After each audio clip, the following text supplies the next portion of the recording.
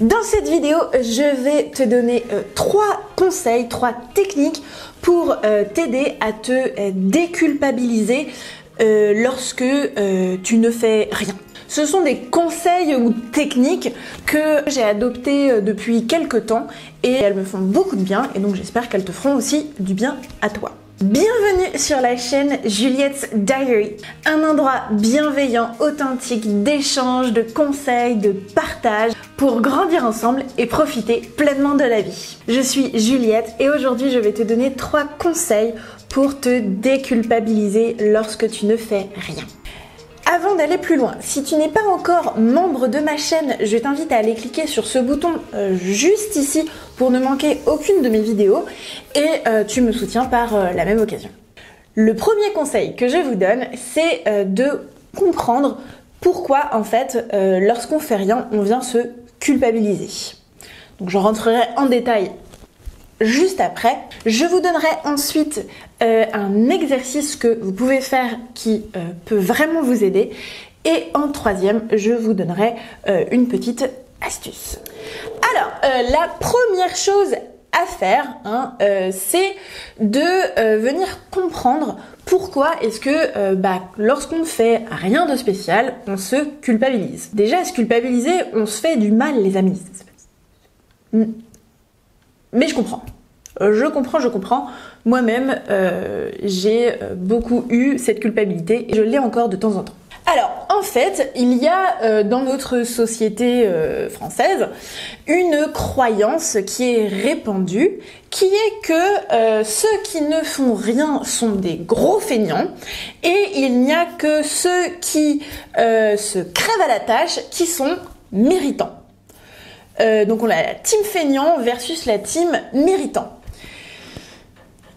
Je caricature un peu, mais franchement, je caricature à peine. Tout le monde n'est pas influencé par cette croyance. Et si toi ne te reconnais pas dans cette croyance, j'ai envie de te dire tant mieux, parce que franchement, ça peut pourrir la vie.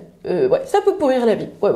Mais pour ceux qui, comme moi, se sont retrouvés malheureusement dans cette croyance et que on s'est mis à se culpabiliser de ne rien faire, et bien voilà, sachez qu'en fait il y a cette pression sociale au niveau vraiment de la société, c'est ce qu'on appelle un script social, c'est ce qui s'est mis en place au niveau de la société, un peu des attentes, des cases, de la société.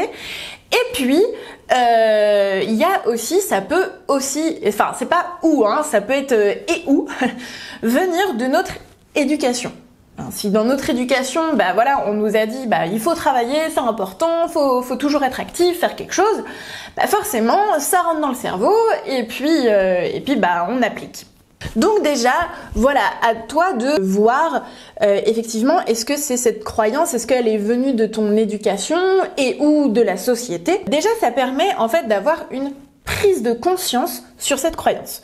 Parce que les amis, tout passe par une prise de conscience. Dès qu'on veut entamer un changement, il faut d'abord avoir eu une prise de conscience. Et donc, il est bien évident que cette croyance n'est purement une croyance, qu'on va appeler croyance limitante parce qu'elle nous limite, comme son nom l'indique.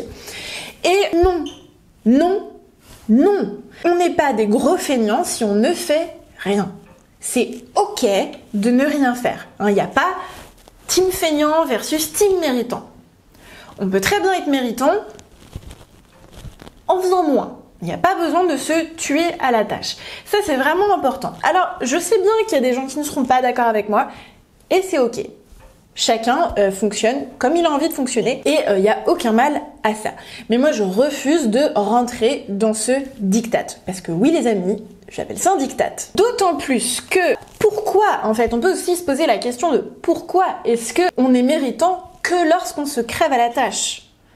Moi j'ai plutôt envie de profiter de la vie, c'est quand même le mojo de ma chaîne YouTube et de mon compte Instagram, c'est de profiter de la vie. Et pour moi, profiter de la vie, ce n'est pas se crever à la tâche tout le temps. C'est prendre le temps, vraiment, d'avoir des petits moments à soi avec des autres personnes où on prend le temps d'apprécier la vie. Tout simplement. Parce que pour moi, si on est sans cesse à être toujours à fond dans un truc et puis on se dit bah je profiterai à la retraite, déjà de on ne sait pas de quoi la vie est faite et je ne sais pas, enfin on ne peut pas savoir si on arrivera à l'âge de la retraite. Donc j'aimerais profiter de la vie avant. Et de deux, j'ai quand même beaucoup plus d'énergie à 28 ans que j'en aurais à 60 ans. Même si je me souhaite d'être dans une bonne forme et je vous souhaite d'être dans une excellente forme également à 60 ans, mais on n'est pas dans la même forme, faut être honnête à un moment donné. Donc se poser cette question-là et de se dire bah ouais mince, moi j'ai envie de profiter de certains petits moments. Et pour moi c'est ça, c'est des fois c'est juste se balader et apprécier la vie. Et en fait je trouve que j'apprécie beaucoup plus la vie depuis que j'arrête de me culpabiliser. Donc maintenant effectivement vous allez me dire oui t'es bien mignonne, mais on fait comment pour arrêter de se culpabiliser? Donc je vous l'ai dit, la première chose c'était déjà la prise de conscience, de se dire ok, qu'est-ce qui se passe dans mon cerveau, pourquoi est-ce que je me culpabilise? Et donc c'est ce qui m'amène à un exercice que vous pouvez faire. Ensuite je vous expliquerai ma petite astuce. Mais l'exercice que vous pouvez faire, c'est un exercice de tapping tiré de l'EFT. Pour ceux qui ne savent pas ce que c'est rapidement l'EFT, c'est les initiales de Emotional Freedom Techniques. En français, ça donne technique de liberté émotionnelle. En fait, l'EFT, c'est l'aboutissement de plusieurs recherches. Donc on a rassemblé un peu tout ce qu'on connaissait, les chercheurs l'ont fait. On a utilisé ce qu'on connaissait sur l'acupuncture, sur la kinésiologie et aussi toutes les connaissances en rapport entre les émotions et nos méridiens. Et donc, en fait, ça consiste à taper à des endroits, donc sur les méridiens, en fait, donc des endroits stratégiques. Donc en fait, on va venir, je vais le faire rapidement parce que sinon cette vidéo va être trop longue et je ferai une vidéo vraiment dédiée à tuto EFT, comme ça ce sera plus simple. Enfin, tapping. Parce que l'EFT est un peu plus complexe et du coup le tapping c'est dérivé de l'EFT et c'est une version plus simple. Donc premièrement en fait on va répéter une phrase. Donc c'est je me libère de ou je me libère de mes attachements émotionnels liés à. On va répéter cette phrase 3 fois. On va venir taper. Donc on va venir taper ici et on va répéter la phrase 3 fois. Ensuite, on va taper ici. Il va falloir que je retire mes lunettes parce que après c'est plus possible. Donc bon, je vois pas la caméra, mais c'est pas grave. Donc, ensuite, non, je vais recommencer parce que je me suis perdue. On recommence. On tape là et on dit 3 fois la phrase. Donc par exemple, ça peut être « Je me libère de ma culpabilité lorsque je ne fais rien ». Voilà, ça peut être... Faut trouver... attention, faut trouver une phrase qui vous parle. Donc si cette phrase ne vous parle pas, il faut la modifier et trouver quelque chose qui vous parle. On tape en répétant 3 fois cette phrase. Ensuite, je vais taper là en répétant 3 fois cette phrase.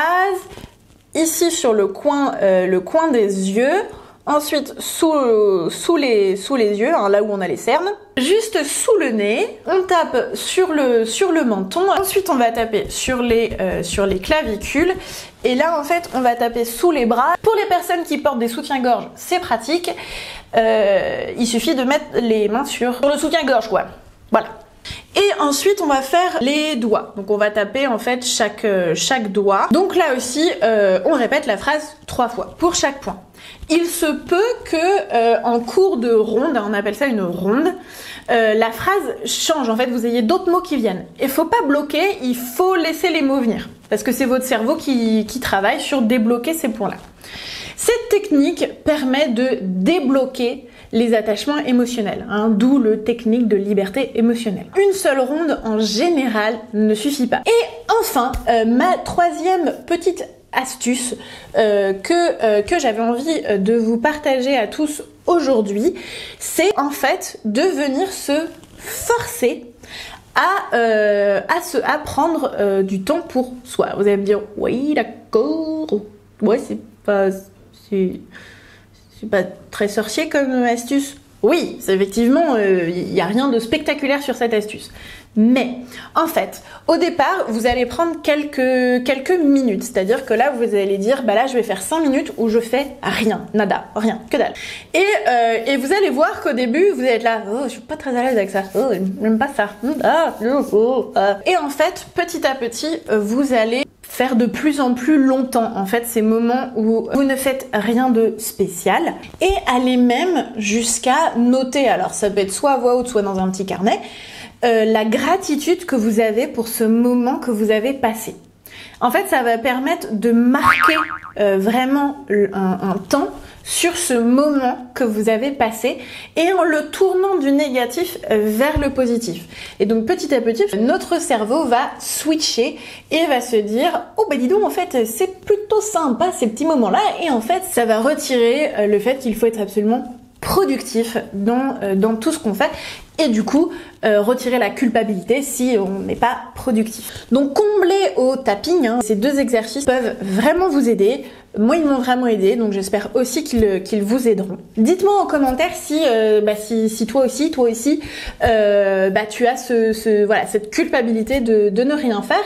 Et si tu as essayé d'autres techniques, partage-les avec plaisir. Et puis moi, je vous retrouve tous dans une prochaine vidéo. Ciao!